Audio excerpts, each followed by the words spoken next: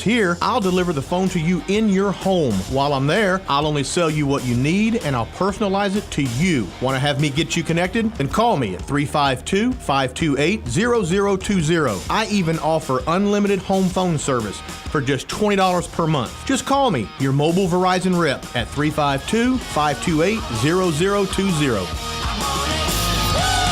All right, 25 minutes before 8 o'clock. Thank you for tuning in. If you've ever collaborated with anybody on anything, then you might have walked away from that project and realized that your team really did better than any one of you might have done had you tackled it alone. It's what happens a lot of times in music. And I mean, look at any building. Every building is a collaboration of talent and work, right?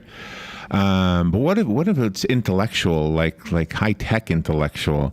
Well, that is exactly what seems to have happened. Well, obviously it's happened more than once, but it is exactly what we want to talk about. Calista Redmond is on the phone. She is a technology leader. She's the director of OpenPOWER Global Alliances at IBM. We're going to learn what that is. But I have notes here that say that 18 months ago, the world's first open server platform called OpenPOWER was launched. And since then, it has had this collaborative group of, guys and ladies who are very smart from IBM, Google, and NVIDIA. I don't know that one, Rackspace, and a whole bunch more. Mm-hmm. More than 100 organizations came together to create more than 100 innovations. So let's find out what those innovations are and what it means for the rest of us. Calista Redmond, good morning. Thank you for waiting, by the way. You're on the air now with Robin and Larry. Thank you for being on the air with us. Hey, Larry and Robin, thanks so much for having us. I'm real glad to be on your show. Oh, where are you right now? I'm out in San Jose, California. We are just on the cusp of our first OpenPOWER Foundation Summit out here in San Jose. Wow. Well, thank you for getting up early. It's really early where you are. It's no problem at all. With a global organization, you catch sleep when you can. Oh, wow. So I guess we need to know what OpenPOWER is. Is this a word that we'll be hearing a lot more of? I hope so. So we're definitely having a real fast start together with the OpenPOWER community. OpenPOWER is really it's an open, radical new server model. It's moved away from some of the proprietary closed ownership by any one company. And it kind of, as you were illustrating earlier, you really do get a lot more when you work together. You speed up all of the development and innovation that goes into these profound computing systems that are back in the data center. And you get the best thought leadership right away. You don't have to go through lots of experiments as any one company kind of learns a new trick.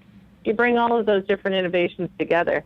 And it's not a brand new model. It's a model that's been used in the software industry for many, many years. And IBM has always been a very big supporter of the open source software community, contributing millions of dollars to that. But really bringing it down into the hardware layer, that's a brand new game. To take what fundamentally were the crown jewels and say, we can do something better together and faster and bring more compelling performance out to our clients. That's a big game changer on the technology world. Will this be able to make all of the countries around the world interfaced? So a lot of the technology that we bring from around the globe is going to be able to kind of share some of the same specifications, designs, protocols, all that stuff that I really think of it as the glue between the pieces. And by doing this in an open and very transparent manner, similar to kind of the communities in open source software, everyone has visibility to all those pieces and parts, so they can absolutely build to specifications that glue together. Now, when you say everyone, does that mean me? I mean, wouldn't I ruin an idea? I have no idea what I'm even doing. I mean, I'm happy to give you my ideas, but any idea I have might be a waste of your time because you probably had somebody recommend that like 8 years ago or something. Mm-hmm. You never know. You never know. Around IBM, we call those the wild ducks, and we take them in. The wild ducks. Community. That's right. So, the open source community is built up of a lot of different individuals as well as organizations and companies. When you find that thing that you're really passionate about and you want to get smart on it and share some of that collective expertise and some of those great ideas with others to bounce them around, this is the right place to be able to do that kind of thing. So we can tell you pretty fast whether or not that's an idea that's got legs. I love you got a smile in your voice. I don't know if anybody ever told you that before, but I can hear it. Do you have any examples in the 18 months? Are there any examples of hardware or innovations that we all are familiar with that is actually a result of this collaboration? Well, unless you're kind of deep in the innards of some of the supercomputing world, I know there's a very strong contingent out there. We met them at this conference last fall at a supercompute. We've got a number of good, strong wins under our belt. So first of all, Google came on board as one of the early adopters and saying, taking an open approach is kind of the long-term strategy that they want to be on together with with other partners that have come on board in the cloud space, like Rackspace, for hosting websites and other key applications for businesses around the world. These companies have sort of adopted the model. We also see a lot of traction in some of the deep thinkers in supercomputing, such as the national labs. The national labs in the U.S. are working on some really tough problems, and they call that the kind of the supercomputing space. And last fall, together in collaboration with our partners with Mellanox and NVIDIA, they do interconnect and also high-speed acceleration. We won a couple of bids there worth about $325 million to build the next supercomputers together. That's not a contract awarded to just one of us. That's something that really says this is the right strategy, that the government's behind it, they're going to put some money into it, and they think that this is the right approach. So now one of our little challenges is to bring some of those great innovations out to the masses, if you will. So you've created a foundation for this, the OpenPOWER Foundation? Yep, the OpenPOWER Foundation is sort of that community that we're building together with other member organizations. So IBM is a member of it. We don't own it. It's a not-for-profit. Our goal there is to really create the forum for collaboration. So we put together different work groups that'll kind of tackle different problems. And if you think of it in kind of open source world, it's, let's make the base building blocks together, make those open and available for everyone.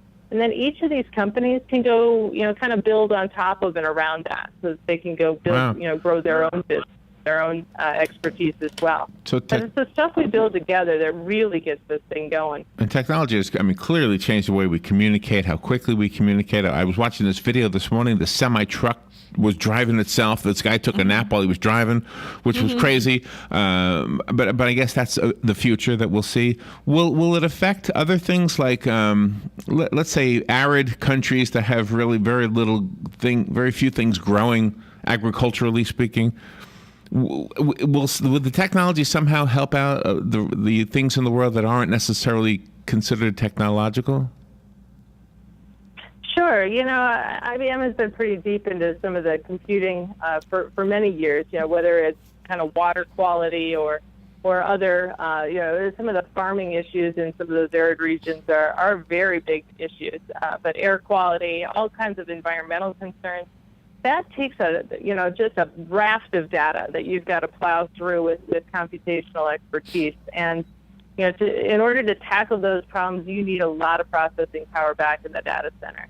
So, just as you're pointing out the different ways that we communicate, that we use our computers, that we use technology, how many devices do you have laying around on your desk right now? All of those pieces are feeding data into some server somewhere, or maybe multiple servers in multiple places. Yeah. And more businesses want to get more out of that information. They want to do analysis and other, kind of deep analytics on that. So, the raft of data is growing. The demands on that data are growing. And so we've got to be able to evolve. Wow. And part of that evolution is sort of packing more innovations around just that chip inside your computer by itself.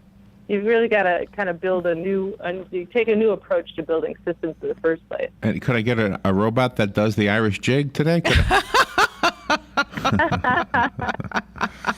Yes, but you can only get it in green.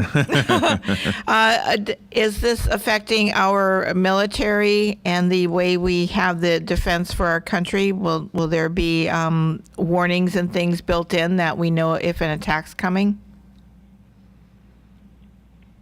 Well, there are a lot of different Department of Defense or other Homeland Security type initiatives that IBM and many of our partners get involved in. The government and federal sector are definitely ones that are interested in taking sort of this strategy to their technology. When you think about the open source model, the transparency and that visibility to all the pieces and parts in the code, in the hardware, really lends sort of a level of comfort to governments and nations, not just in the United States. Everyone wants to have absolute clarity on what's in their infrastructure as part of their overall defense and kind of federal program. Calista, thank you for getting up early to be with us this morning. Can you leave our listeners and us with a website that we can go to for more information? Absolutely. Sure thing. So OpenPOWERFoundation.org. Stay tuned over the next several days. We've got a whole lot of announcements we'll be rolling out. So if you're interested in this space, please come visit us. All right, excellent. Calista, thank you for being on the air with us. I guess you have a lot of radio stations you're talking to this morning, and all of us are going to be as geeky as us. So just so you know, we're all going to have no idea what we're doing here. Calista Redmond, thank you for being on the air and for getting up early to be with us. Happy St. Patrick's Day. Thanks so much. My pleasure. You're welcome. We'll be right back. The weather is brought to you by myfwc.com. Safe boating is no accident. Plenty of sunshine on the way for today. Will be nice and warm for the afternoon, high 85 to 87. Tonight, a mainly clear sky, low 60 to 65. Partly sunny for tomorrow. Can't rule out a shower. High tomorrow, 79 to 80.